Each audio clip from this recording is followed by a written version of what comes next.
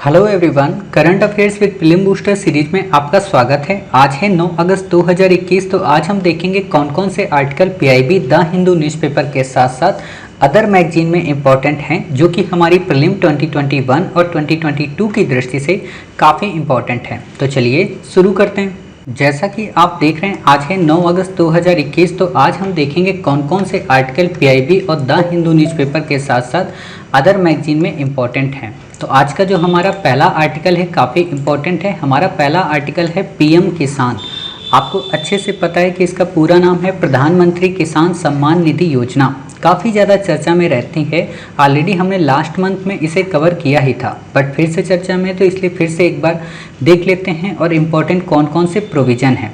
इस योजना में क्या होता है कि सरकार 6,000 रुपये एक वर्ष में, यानी कि सरकार 6,000 रुपये एक वर्ष में 3 किस्तों में किसानों को प्रोवाइड कराती है। अर्थात 2-2 हज़ार रुपये की 3 किस्तें किसान को मिलती हैं। तो मोटे तौर पर कितने महीने में हो गए? 4 महीने में किसान को एक एक किस्त मिलती है। ठीक है। खास बात यहाँ पे ये है कि इसके लिए किसी भी प्रकार के जोत के आकार को योग्यता या कहें पात्रता के तौर पर नहीं लिया गया है। मतलब कि कोई भी किसान हो, उसकी जोत का आकार कुछ भी हो, मतलब चाहे 1 एकड़ हो, चाहे 2 एकड़ हो, चाहे 10 एकड़ हो, चाहे 20 एकड़ हो, कोई लिमिटेशन नहीं है। हर एक किसान को 6,000 रुपये सरकार प्रोवाइड कराएगी। कब इस योजना को लॉन्च किया गया था? 2019 में। आपको पता होना चाहिए कि जब 2019 में मोदी जी ने इस योजना को लॉन्च किया था तो ये विवाद में आ गई थी। क्यों विवाद में? क्योंकि इसमें लॉन्च तो 2019 को हुआ था, बट इसके इम्प्लीमेंट के लिए सरकार ने क्या किया था कि इसको बताया था कि ये नवंबर 2018 से इम्प्लीमेंट होगी। समझ रहे हो क्यों? क्योंकि नवंबर 2018 से जब इम्प्लीमेंट होगी तो नवंबर हो गया, दिसंबर हो गया, जनवरी हो गया और फरवरी हो गया। 4 महीने हो गए। यानी कि अभी हमने इसको लॉन्च किया है तो फरवरी के लास्ट तक उन सभी किसानों के अकाउंट में 2-2 हज़ार रुपये पे कर देंगे। तो ये वोट बैंक की एक तरीके की राजनीति थी। खैर, हमें उससे ऊपर उठ के हमेशा सोचना चाहिए, हमें इस स्कीम के बारे में देखना चाहिए। ठीक है। ये सेंट्रल सेक्टर स्कीम है, अर्थात केंद्रीय क्षेत्रक योजना है। ऑलरेडी आपको पता है कि सेंट्रली जो स्पॉन्सर्ड होती हैं या कहें जो केंद्र प्रायोजित होती हैं, उसमें राज्य और केंद्र की हिस्सेदारी होती है, लेकिन जो केंद्रीय क्षेत्रक होती हैं उसमें केवल और केवल केंद्र सरकार 100% पैसा पे करती है। ठीक है। अगला जो आपसे क्वेश्चन पूछा जाता है कि कौन सी मिनिस्ट्री है, तो सोचने वाली बात ही नहीं है, कृषि एवं किसान कल्याण मंत्रालय है। ठीक है। बात आती है कि इसमें जो लाभार्थी होते हैं या कहें जो पात्र किसान हैं जिनको ये पैसा मिलेगा, उनको कैसे चेक किया जाता है? तो ये सारी जिम्मेदारी है राज्य और केंद्र शासित प्रदेशों की कि आप हमें ये बताएं कि आपके यहाँ जो बीपीएल परिवार के किसान हैं या जो भी आपके यहाँ किसान हैं, उनका डाटा क्या है। ठीक है। इससे ज़्यादा आपको यहाँ पे याद रखने की आवश्यकता नहीं है। अब मेंस में अगर आपसे कभी ये क्वेश्चन पूछा जाए कि भारत सरकार ने किसानों के कल्याण के लिए कौन कौन सी स्कीम चलाई हैं, तो आपको पता होना चाहिए कि सतत कृषि के लिए राष्ट्रीय मिशन है, प्रधानमंत्री कृषि सिंचाई योजना है, राष्ट्रीय कृषि विकास योजना है, राष्ट्रीय गोकुल मिशन है, प्रधानमंत्री फसल बीमा योजना है, परंपरागत कृषि योजना है। ठीक है। इससे ज़्यादा आपसे क्वेश्चन नहीं पूछेगा। तो इन्हीं में से आप 2-3 याद कर लीजिए। बाकी आपको जब भी ये चर्चा में आएंगी तो हम इनको आपको कवर कराएंगे। काफ़ी पुरानी योजनाएं हैं, इसलिए इतनी ज़्यादा चर्चा में नहीं है। ठीक है। अगला जो आर्टिकल है काफ़ी इम्पोर्टेंट है। हालांकि यूपीएससी ने 2020 में आपसे प्रश्न पूछ लिया है। क्या प्रश्न आपसे यही पूछा था ना कि वनस्पति तेल सबसे ज़्यादा भारत आयात करता है। ठीक है। तो यही क्वेश्चन था। वही बात है, भारत सरकार इस चीज़ से बड़ा चिंता में थी, तो उसने ये सोचा क्योंकि ना हम जो ऑयल पाम होता है या पाम जो ऑयल होता है उसके लिए हम राष्ट्रीय खाद्य तेल मिशन की शुरुआत करें और कोशिश ये करें कि जो हम मलेशिया या other south east Asia region से पाम ऑयल को इंपोर्ट करते हैं उसको समाप्त कर सकें। अर्थात हम आयात की निर्भरता को पूरी तरह से कम कर सकें, खुद ही हम अपने यहाँ इसके बारे में विकल्पी जो भी खाद्य तेल हैं उनको बढ़ावा दें। ठीक है। तो इसके बारे में आपसे ज़्यादा तथ्य और डिटेल तो आपसे नहीं पूछेगा। ठीक है। लेकिन आपसे जो क्वेश्चन पूछा जा सकता है वो पाम ऑयल के बारे में पूछा जा सकता है। क्या पूछा जा सकता है कि पाम ऑयल वर्तमान में विश्व का सबसे अधिक खपत वाला वनस्पति तेल है। आप में से अधिकांश बच्चों को शायद पाम ऑयल के बारे में जानकारी नहीं होगी, तो थोड़ी सी बेसिक जानकारी मैं दे देता हूँ आप लोग जो चाट और ठेले में जो समोसे वगैरह खाते हैं या जो गोलगप्पे वगैरह खाते हैं, कुछ के मुंह में तो पानी आ गया होगा, ठीक है। तो जो गोलगप्पे आप लोग खाते हैं ना, वो जो बनते हैं ना, उसमें सरसों का तेल या सोयाबीन रिफाइंड का उपयोग नहीं किया जाता है, उसमें पाम ऑयल का उपयोग होता है। जितने भी आपको होटल मिलेंगे ना, सब जगह पाम ऑयल से ही खाना बनता है। क्यों?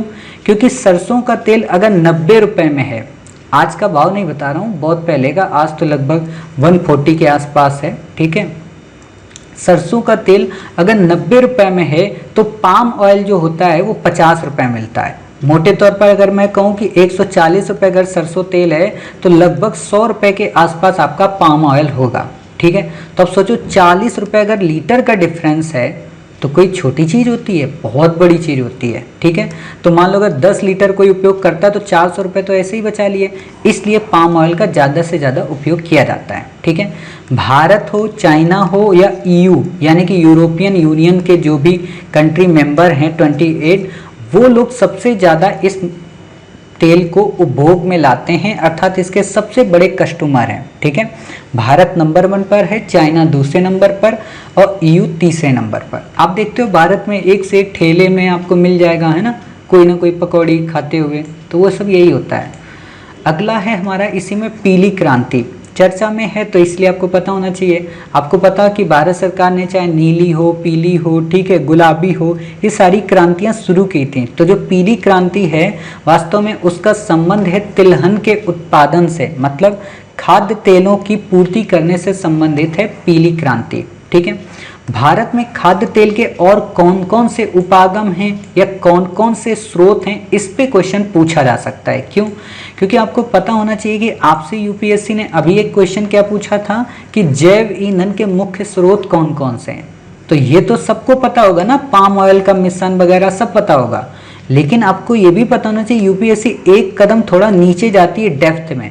तो ये आपको लिस्ट पूरी पता हो कि भारत में मूंगफली का तेल का भी उपयोग करते हैं खाना बनाने में, सरसों तेल का भी उपयोग करते हैं, रेपेसीड या कैनोला सेम टू सेम सरसों की तरह पीले फूल होते हैं, ठीक है।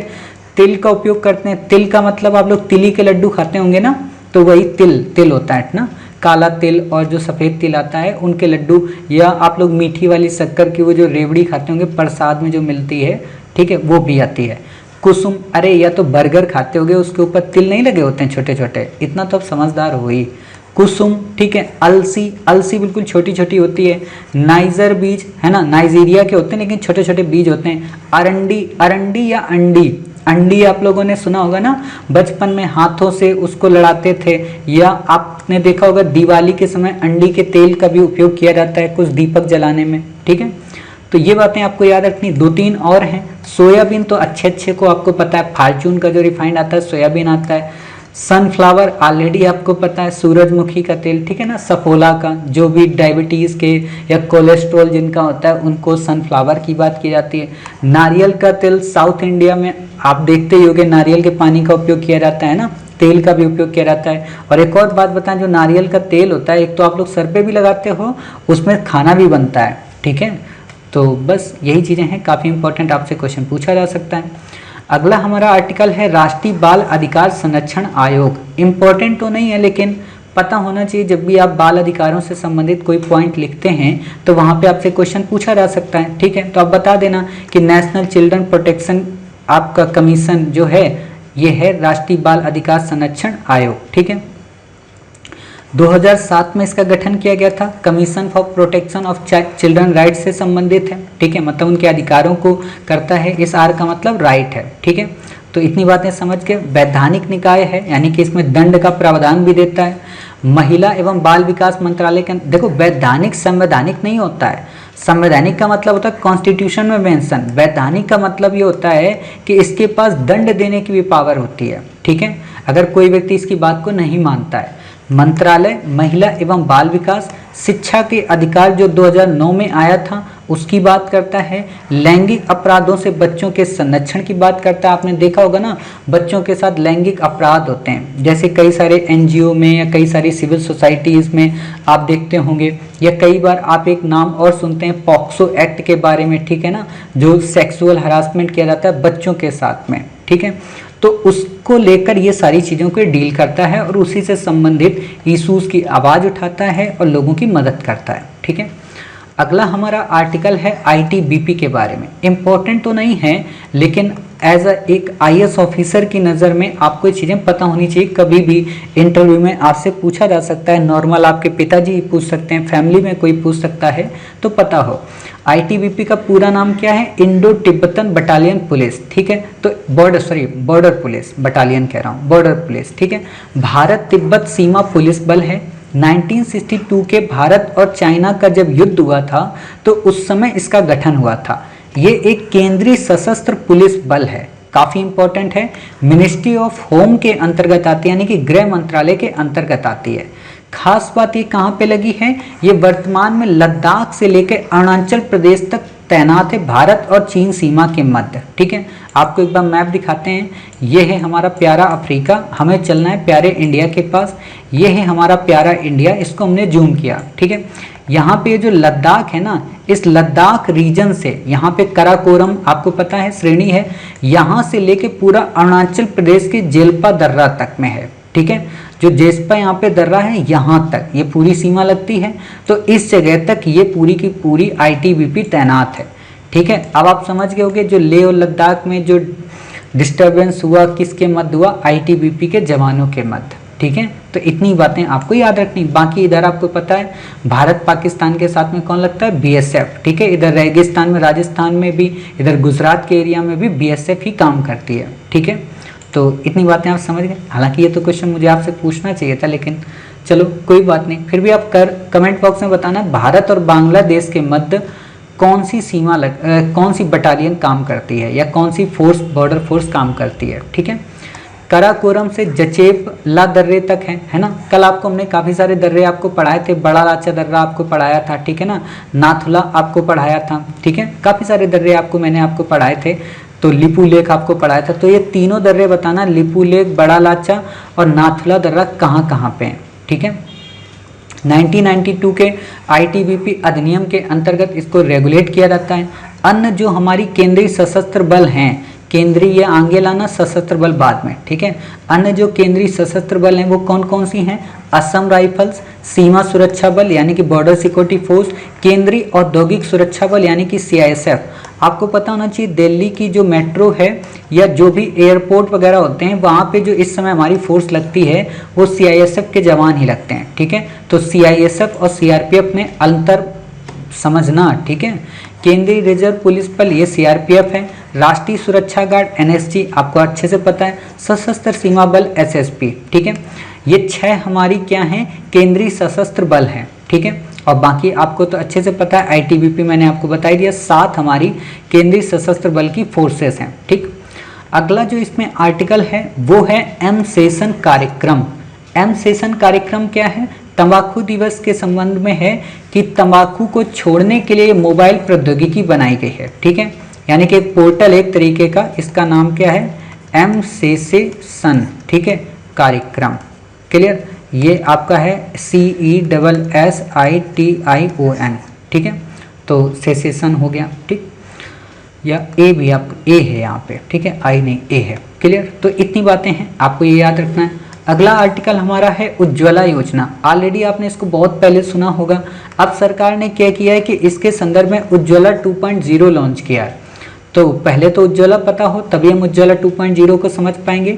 ये गरीब परिवारों को एलपीजी कनेक्शन प्रोवाइड कराती है, ठीक है। खासतौर पर बीपीएल परिवारों को प्रत्येक एलपीजी कनेक्शन के लिए 1600 रुपये की वित्तीय सहायता देती है, यानी कि सब्सिडी प्रोवाइड कराती है अगर आप एलपीजी कनेक्शन लेते हैं तो, और आपको लेना ही पड़ेगा, ठीक है। एक जमा मुक्त एलपीजी कनेक्शन के साथ उज्ज्वला 2.0 जो है वो लाभार्थियों को पहली रिफिल और हॉट प्लेट निःशुल्क प्रदान किया जाएगा। इसका क्या मतलब है? ये जो उज्ज्वला 2.0 उसमें क्या था? उसमें 1600 रुपये आपको सब्सिडी के तौर पे मिलेंगे, ठीक है। इसमें सरकार ने कोशिश ये की है कि जिनका पहले से कनेक्शन हो रखा है, ठीक है, उनको सरकार, अगर वो फिर से लिए नहीं है कनेक्शन और उनको फिर से अगर कनेक्शन लेना है तो वो उज्ज्वला 2.0 के अंतर्गत अपनी पहली रिफिल और एक हॉट प्लेट निःशुल्क रूप से उनको मिल जाएगी। ठीक है, हॉट प्लेट का मतलब होता है वही जो चूल्हा गैस चलाने के लिए, ठीक है, और रिफिल का मतलब होता है एक तरीके का सिलेंडर, ठीक है, जो LPG सिलेंडर आपको मिलता है। दलित एवं आदिवासी समुदाय को मुफ्त रसोई गैस कनेक्शन दिया जाएगा। ध्यान देना यहाँ पे, गैस कनेक्शन आपको मुफ्त मिल रहा है, ऐसा नहीं है कि आपको हर महीने गैस का सिलेंडर मुफ्त में मिलेगा। ठीक है, तो ये दिमाग में रखना। मंत्रालय पेट्रोलियम एवं प्राकृतिक गैस के अंतर्गत आती है। यहाँ पे आपको क्वेश्चन घुमा सकता है, मिनिस्ट्री नवीकरणीय ऊर्जा के अंतर्गत आती है, तो आप कहेंगे नहीं साहब, इसमें जो मंत्रालय है वो पेट्रोलियम एवं प्राकृतिक गैस के अंतर्गत आता है। 2.0 आपसे नहीं पूछेगा तो आपसे उज्ज्वला भी नहीं, लेकिन आपको पता होना चाहिए। और ख़ास बात यह है कि उज्ज्वला की खास बात जो इम्पोर्टेंट है, इसको इम्पोर्टेंट बनाती है वो ये कि एक तो ये इन्वायरमेंट फ्रेंडली हो जाती है, दूसरी बात ये वुमेन एम्पावरमेंट में भी काम आती है। ठीक है, पहले महिलाएं आपने देखा होगा चूल्हे पे, ठीक है, कंडे की आग में या लकड़ी से या कोयले से धुआं पूरे घर में हो जाता था। ठीक है, जैसे हम लोग अपने घर की, मुझे याद है कि हम लोगों के यहाँ जब रोटियां बनती थी चूल्हे में तो पूरा का पूरा घर धुआं, और अगर उस दिन बारिश हुई है तो फिर तो लकड़ी गीली होती थी, जलती भी नहीं थी, तो और युद्ध होते थे। युद्ध का मतलब रोटियां बन नहीं रही, भूख सबको लगी है ना, और चूल्हे पे फूके जाओ काम ही नहीं करेगा। ठीक है, तो इतनी बातें आप समझ गए। तो उम्मीद है आज आर्टिकल उतने इम्पोर्टेंट नहीं थे, फिर भी आपको प्रधानमंत्री किसान योजना के बारे में आपको पता चला, PM किसान योजना के बारे में। ठीक है, इससे ज़्यादा आपको यहाँ पे नहीं पढ़ना है। मिलते हैं हम 10 अगस्त के कुछ इंपॉर्टेंट घटनाओं के साथ। तब तक अपना ख्याल रखिए, स्वस्थ रहिए, कोविड-19 के पेंडेमिक से अपना और अपनी फैमिली का बचाव करिए। जय हिंद, जय भारत।